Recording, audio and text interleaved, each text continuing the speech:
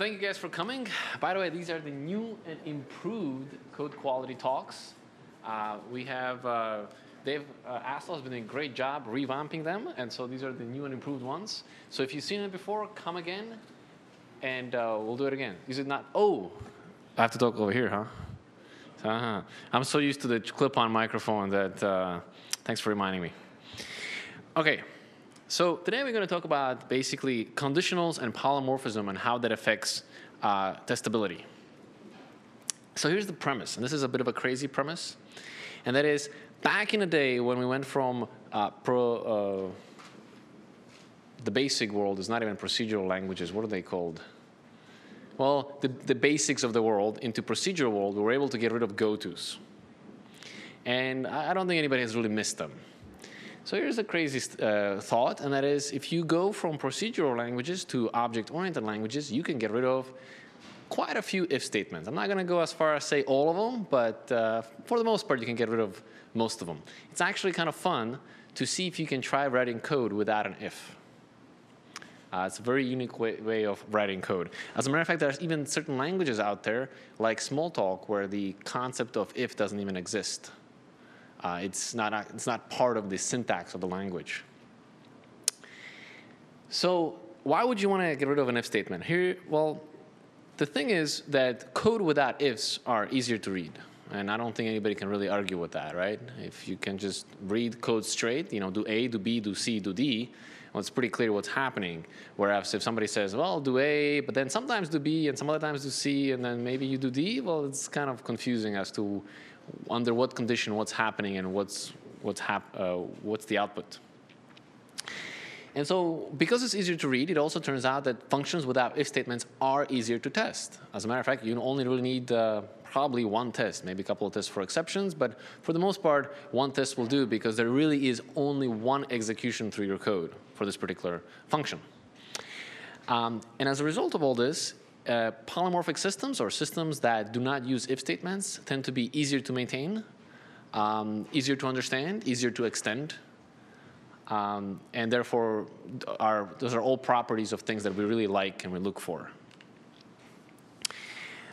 So how do you get rid of if? I guess a better question is, you get rid of if by using polymorphism in its place, whereas you dispatch into a method whose binding is not known at compile time. Right? This is good old polymorphism where you have a class and a subclass and you have two different instances, and when you say print, it's not clear whether you are printing to the printer or printing to the screen because it's a PDF.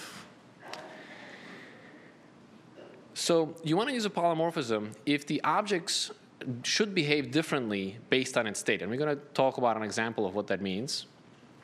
And you should also use polymorphism if you have to check the same condition in multiple places. This usually happens with flags, where you want to enable debugging or disable, and then your code is sprinkled with a bunch of if statements saying, if this flag is enabled, then do this extra stuff over here. So let's have a look. But before we go there, I want to point out that there are certain places where you cannot get rid of an if. If you're comparing if 3 is greater than 7, there's no other way of doing it other than an if statement. So for comparison of primitive types with a lowercase int as opposed to the uppercase integer, you really have no choice but to use an if statement. But we're not going to focus on that. We're going to focus on where the business logic should behave differently. That's the interesting part. Also, I want to point out that if you really want to be if-free in your application, the thing you have to do is you got to make sure you don't return nulls. And we kind of talked about that earlier in earlier talks, how nulls are your friends inside of your tests, but really your enemy inside of production code. You really don't want to get in the situation when you return null, because when you return a null from a method, you can't dispatch off on null. You'll get a null pointer exception. And so what you need is you need to put an if statement over there to make sure you don't dispatch on null, and that clutters your code. And so we want to get away from that. So you simply want to always be in a situation where if you have a method, the method needs to return some kind of an object that probably doesn't do anything. Typical example of this would be like the null logger. If I need to log, I'm always logging, except sometimes I get a relogger that logs to the file system, and sometimes I get a logger that just eats all my messages and doesn't do anything. But not all is good and great. You got to be careful not to go on crazy with subclassing. When you have deep inheritance hierarchies, that creates problems from not just testability, also from understandability, and a couple of other abilities probably as well. So it's a very fine line between getting rid of your ifs and at the same time not turning your application to one ridiculous inheritance hierarchy. So let's look at the first case of where you can get rid of an if, and that is getting rid of in case of where you have state-based behavior. This is quite common if you, for example, have a conditional that chooses different behavior based on its type. Typically, the way this thing happens is you have some kind of a field inside of your object, and then based on whether this field is set or a flag, you behave differently. And really what we want to do is we want to say, okay, when this flag is on, all of this stuff that happens differently should really go into a subclass. And when the flag is off, all the stuff that happens when the flag is off should go into this other subclass. And then the common logic stays in the superclass. And that way, we can separate the ifs from the non-ifs, or from the flag turned on from the non-turned on. Simple stuff. This is described in the refactoring book. So by all means, if you have one of those, we do suggest you read it and you use it as a reference. But let's go look at an example of what this thing would look like. So suppose you have a method such as get speed, and it does a switch operation, and on a switch operation we return different things. This is typical things that people do inside of their code. Any suggestions on how to improve this? Subclasses, exactly. And don't we already have a type system? Like if you're switching on a type or the type of bird you are or anything like that, and based on that you're doing different operations, we already have a subclass system, and so we should take advantage of this thing. And so, solution for this is quite obvious, right? You have your base class bird, and you have your European, Norwegian, and African swallow, and then you can subclass it out and have different behaviors in different locations. So this is my favorite questions I love to give on interviews. I don't know if I don't think I've interviewed any of you guys in the audience, but the premise is very simple. You have a mathematical operation such as 1 + 2 × 3. And you want to represent this as a tree. So as a tree, it will look like this. And I'm sure you guys are all familiar with this. And so I would like to have a way of storing this in memory. So I need to have some kind of a class, let's call it a node, which stores this tree. And then I want to perform operations on this. And for the purpose of the example, let's say we want to perform evaluate method on it, which computes the result. In this case, 2 × 3 is 6, + 1 is 7, right? But while I'm going through the examples, I want you to also think about the typical class such as node would do other things, such as toString operation, let's say. And a toString operation should print the tree, placing the parentheses only when necessary.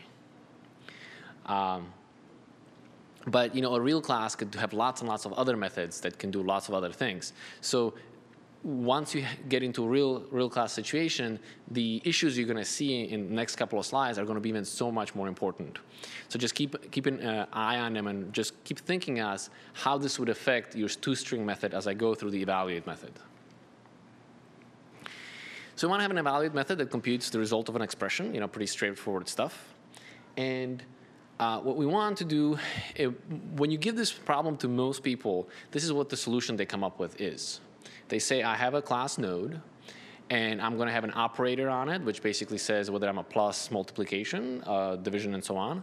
And then I'm going to have a value, which is the number that I represent. And I'm going to have the left child and the right child. And my evaluate method would then have a switch statement that switches on the operation I am, and then perform the operation you want.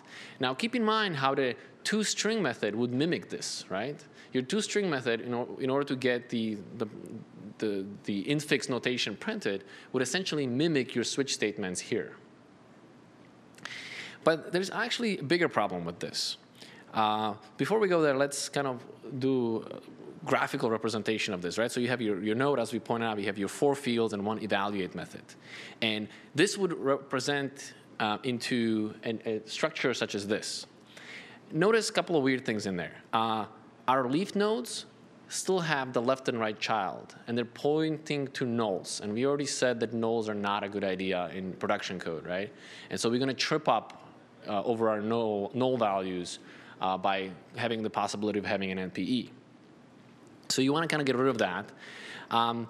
Also notice on something else, which is the plus and the multiplication node has to keep around 0, even though it's a completely meaningless concept for a plus or multiplication to have 0 associated. We have some number, we have to give it something over there, right?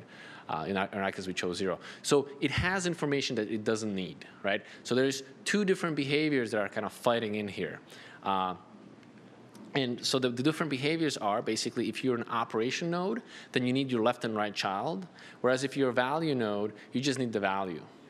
And you can see that in the presentation, how I either need the value or I need the left and right, but I never need both.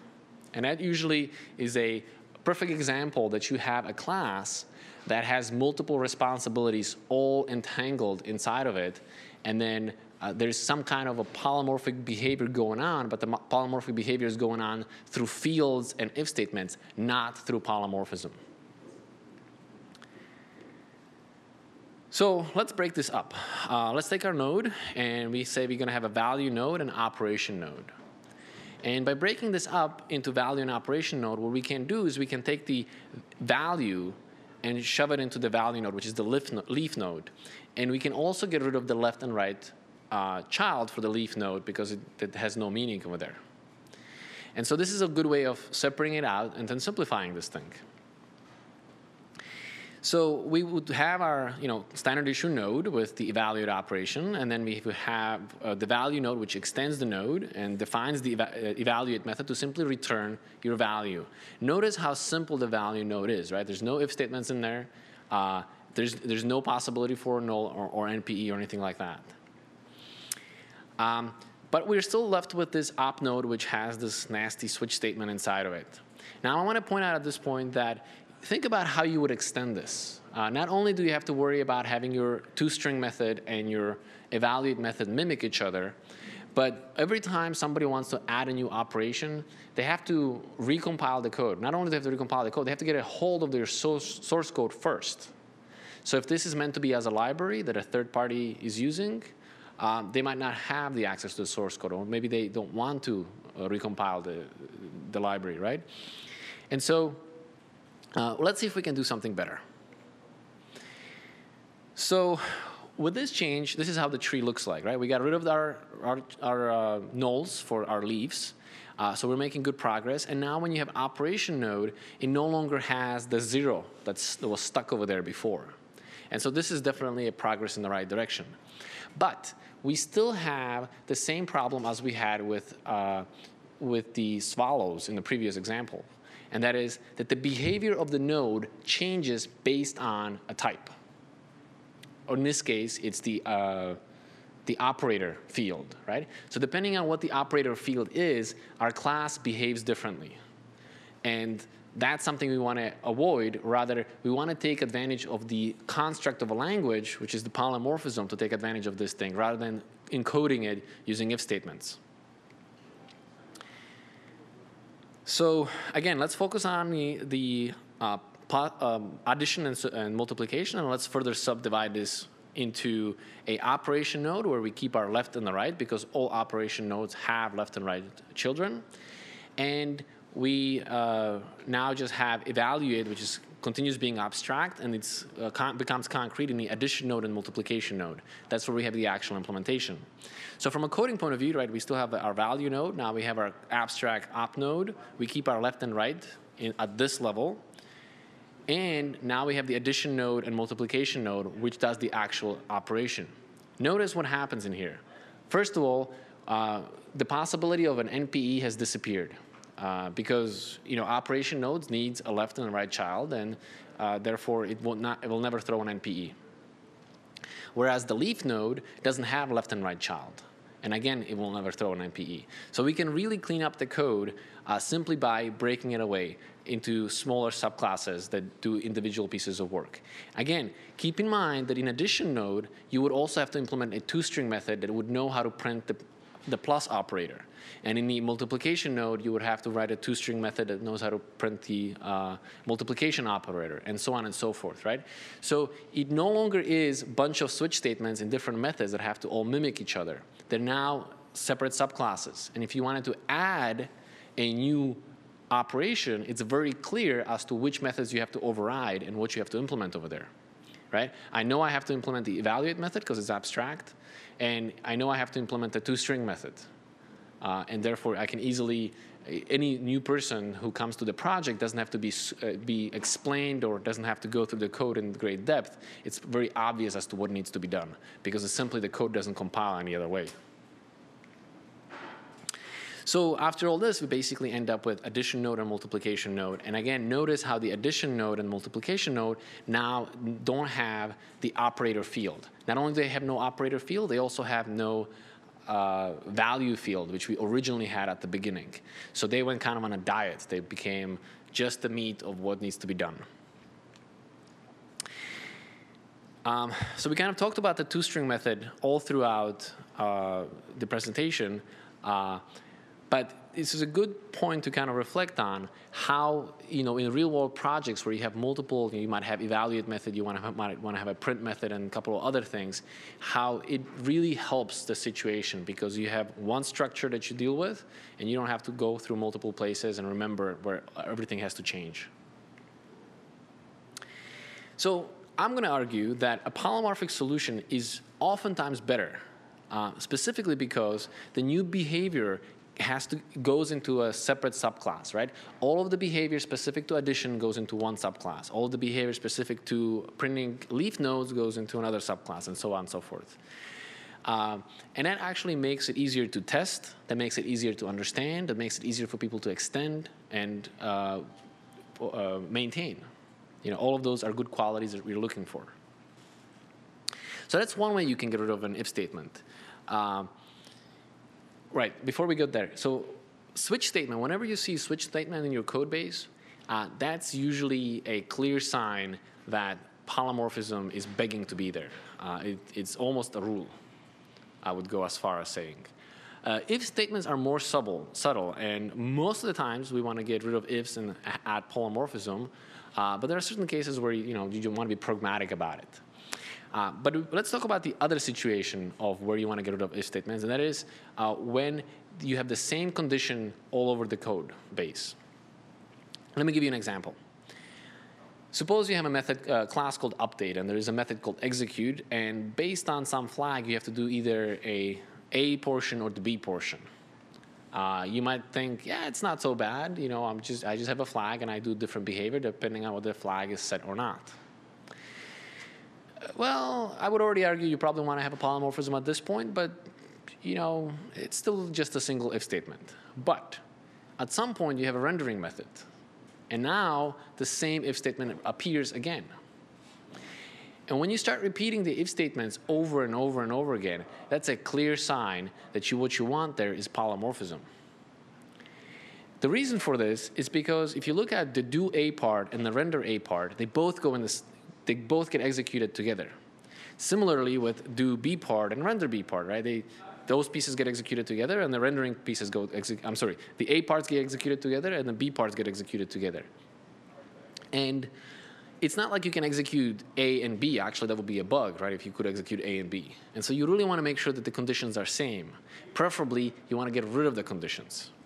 Now, from a testing point of view, this becomes a problem because not only do we have a global variable, which is the flag, which is usually how command line flags get dealt with, but it's always, you're not really sure, like, did I really cover all the if statements? Because are these if statements really combinatorial? Like, is it possible to execute A, do A, and render B, or is it not? It might be easy to see in a simple class like this, but if you have a very complicated class with lots of code base, it's not clear which conditions go together with what. And so you might end up trying to test things that can't actually happen in production. And so what we want to do is we want to really separate it out. Same story as before, and that is we want to use polymorphism to our advantage. We want to take the A parts and put them in one class and take the B parts and put them to the other class, right? And the work over here is pretty straightforward. you create an abstract superclass, which is the update, and now you take the A parts, whether it's a do A or render A, and pull it out in a separate method called render and execute. And you do the same exact thing for the non-international class, right? So now you have two subclasses representing what you wanted to do. Now, from a testing point of view, this is great, because when I instantiate an internationalized subclass, I know exactly what I'm talking about. It's not some flag that got set somewhere else. It's a concrete class that I can associate with. It significantly lowers my cognitive load when I think about the test. I don't have to think as hard when I deal with this thing. And I have a separate test for the other subclass, right? And again, I don't have to think about all the nuances. Not only are the tests separate, chances are that being international and being non-international requires you probably to have a different setup method, will probably require different fixtures and different ways of testing it. So that further helps by separating the different kinds of tests out. But the if statement really didn't disappear. The if statement is still there. Rather, there's two different kinds of if statements. There's if statements that is in the location where the original if statement used to be, which is the polymorphic behavior of your code base. But there's also the original if statement just got moved somewhere else. And that is, if you are a consumer of the update and you say, I need to get a hold of the update, what you're really saying is I need either the international or non-international one. But you don't know which one it is, and it's really not your business to care about which one you get. So somebody else is responsible for instantiating the correct subclass of what you want, which gets us back to the good old dependency injection, which is that you have two piles of objects. You have the piles of objects, which does the business logic. This is where the stuff actually gets done. And then you have piles of objects that are responsible for the object graph construction. Again, for those of you guys who have been here before on these talks, you know, we cover this many times over because it's really, really important. By separating the objects out into the objects that do business logic and the objects that do construction, you can basically move your if statement from being inlined inside of your code, which was inside of the update. It used to be just if international do something or something else. You move that if statement into the factory. So now the factory says, maybe I have to instantiate an international version of the update because the consumer is asking for it, as opposed to making the decision inline in your code. Now that actually can have great benefits in terms of performance. Because you don't have to make the decision over and over and over again as the code runs in some kind of a tight loop. You make the decision once, you instantiate the correct subclass, and it gets inlined. It turns out many modern JVMs can actually inline that for you. So a modern JVM will, for example, notice that nobody has ever instantiated the non-international version, which is probably true because you're only running your application in either one mode or the other mode. And when the JVM notices there's no other subclasses of this thing, it will go and inline these operations, which is great speed performance improvement. Now, if you're using something like Juice, you know, you can take advantage of providers. Can you see what was the fun stuff? The fun stuff is your business logic. Oh.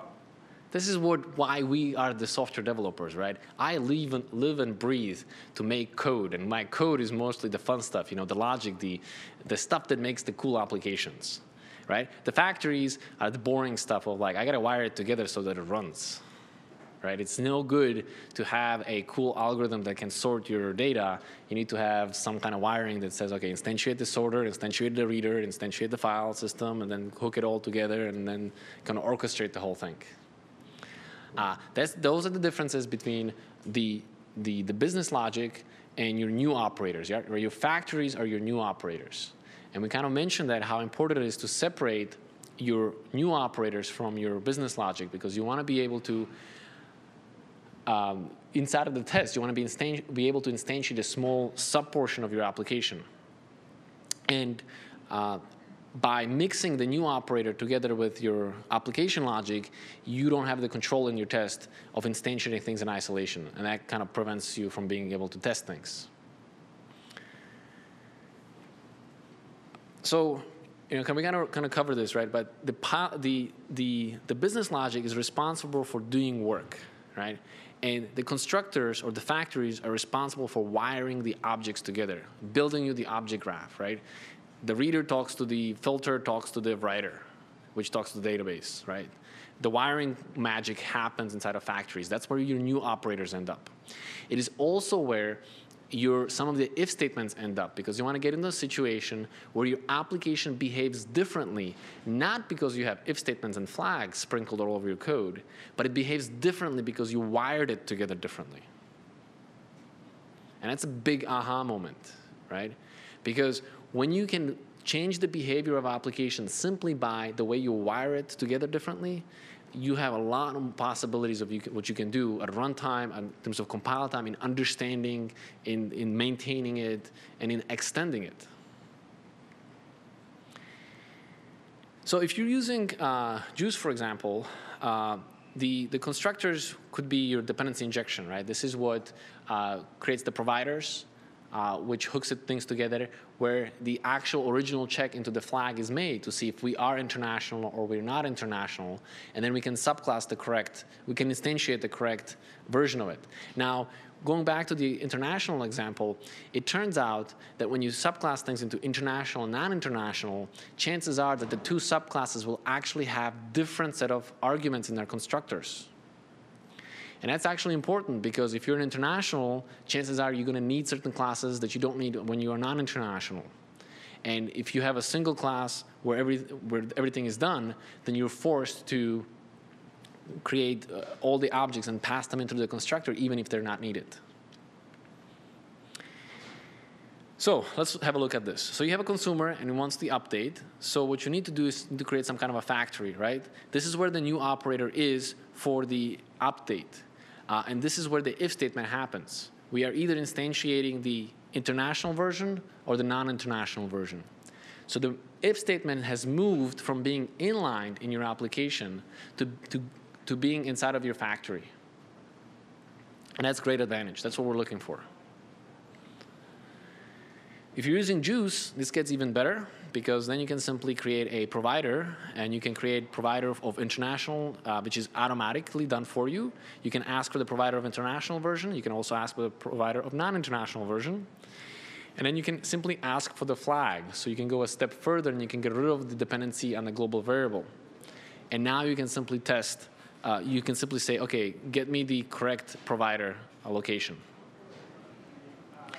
So now you actually make the provider testable, because all the pieces are fully injectable. So the benefits of this is the conditionals, as we pointed out, of the decision of are we international or not, has gone into a single location. So we took a whole bunch of independent ifs, and we collapsed them into one if, and we moved that if from being inline in your application to being inside of your factories. We got rid of a lot of duplication in the process, and duplication can cause errors, right? If you discover that your if statement has an error, now you have to go change all the if statements that are spread all over the code. Now we have only a single if statement, so if there's an error in the if statement, we can easily fix that. And it also allows you to separate yourself from global state. Like originally, we were doing an if statement on a global variable inline. Now that nasty global variable ended up in some factory. So from a testing point of view, yeah, I might still have a hard time testing the factory, but I have easy time testing my logic. So we have taken something that we consider bad, and we have moved it to some other place where it's still bad, but because of where it is, it doesn't cause as much problems for us. So the benefit of using polymorphism instead of if statements is that you simply have a single locations where all of your related items are together. The multiplication example, we had the multiplication logic, we had the two-string logic. It's one location. In the rendering example, we had a single location where we could put the rendering and the operations for the update in single place. And that greatly aids in the cognitive load when I think about this thing. Not only does it help with cognitive load, it also helps with testability, understanding, and makes it easier when you look at the subclasses to figure out what the differences are. right? If I look at international, non-international version, I can easily see what the difference between the two of them are because the common stuff is in the superclass. I don't have to worry about that. I simply have to worry about what is different between international and non-international version, or what is different between multiplication and addition. I don't have to worry about the common stuff because that's somewhere else. Anyways, behavior. So you want to use polymorphism. We covered two different things, and that is you want to use polymorphism when the behavior changes based on state, right? Which was the example of the multiplication, where we had a flag, and based on that flag, which was whether it was addition or subtraction, we did different stuff. Or you want to use polymorphism when you have the same if statement over and over and over again. This typically is done with flags. But at the end of the day, right, you got to be pragmatic, so don't go crazy. I recommend that you try writing a small project without any sort of ifs. Just say, I'm going to try it without ifs. And you're going to learn a tremendous amount about how you can take advantage of polymorphism in a lot of different ways. It's worth the experience. But at the end of the day, you be pragmatic. If there's a simple if statement that I can throw somewhere, that's fine. But when it becomes too many if statements, polymorphism really is the way to go. The thing is, if statements creep up on us. You throw in one and you're saying, I'm being pragmatic. Comes along somebody else and he's extending the code, and now he says, well, I'm just doing what the other person is doing. And now you're no longer being pragmatic. You are now duplicating code, but you're not realizing it because you didn't write the original if statement.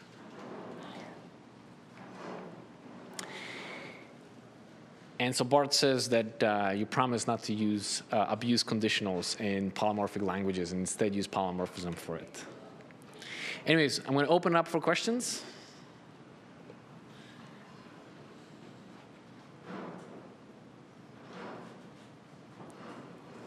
By the way, I want to point out that this might sound like an obvious stuff, especially with the example of multiplication.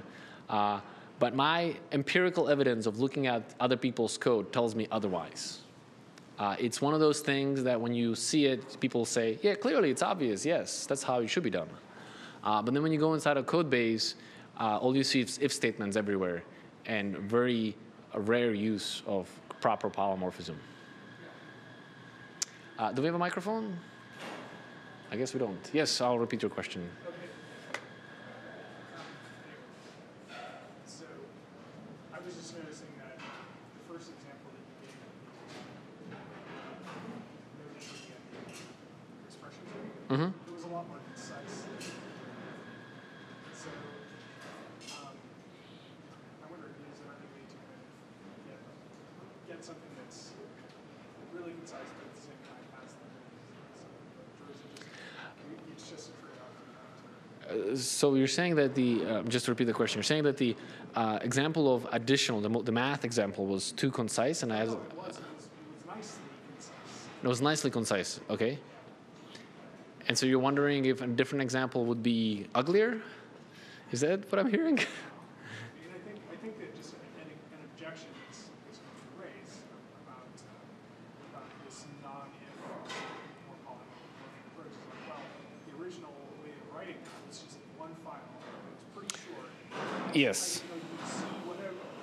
You could live in one file and see what else is going on instead of having to jump around all these different files. Right. So your objection is, or the question you have is that many people could argue that a single file with the node where you had a switch statement is clearly easier to understand than a whole bunch of smaller files. I have an issue with the word clearly over there. To me, it's not that obvious.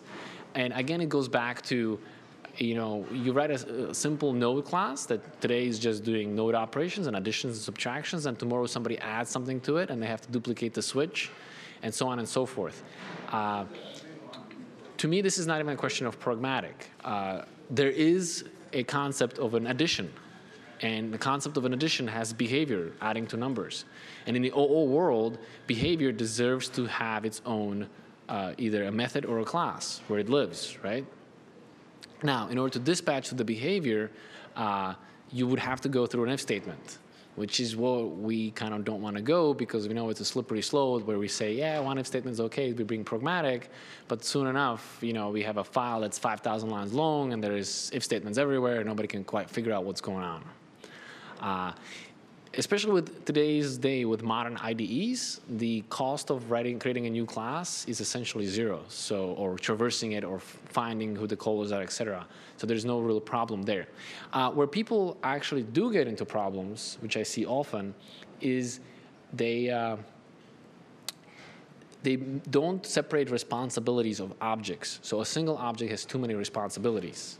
Now, keep in mind that your object can only have one inheritance hierarchy, which suggests that you really should only have one responsibility, because that's you can only take advantage of single polymorphic behavior through a single inheritance.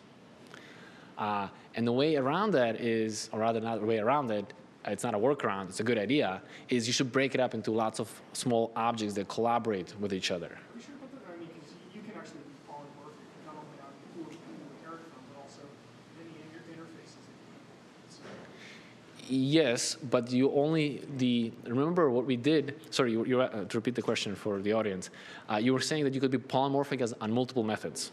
That is true, but the polymorphism is decided on at the point where the new operator is instantiated, right? And at that point, you cannot say that these two methods will be polymorphic onto this behavior, but these two other methods will be on this other behavior, right? It's all or nothing proposition. So all methods have to end up in the same subclass. And for that reason, you have to clearly separate responsibilities of objects. Otherwise, you have two responsibilities, and those two responsibilities will want to have two different kinds of inheritance, and they will be fighting.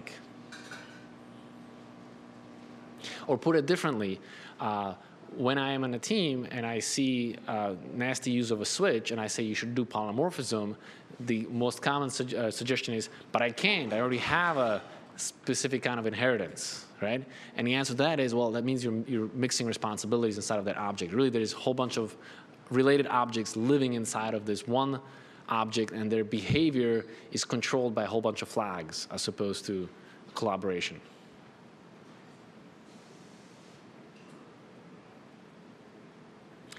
All right, guys, thanks for coming. We have these talks every week. We always have a different topic. These are new and improved talks. So we appreciate feedback. Also, as I always point out, I do have a whole bunch of the Java reviewers guides. So if some of you guys want one of those, I'll be happy to give them out. Thanks for coming, and we'll see you guys next week.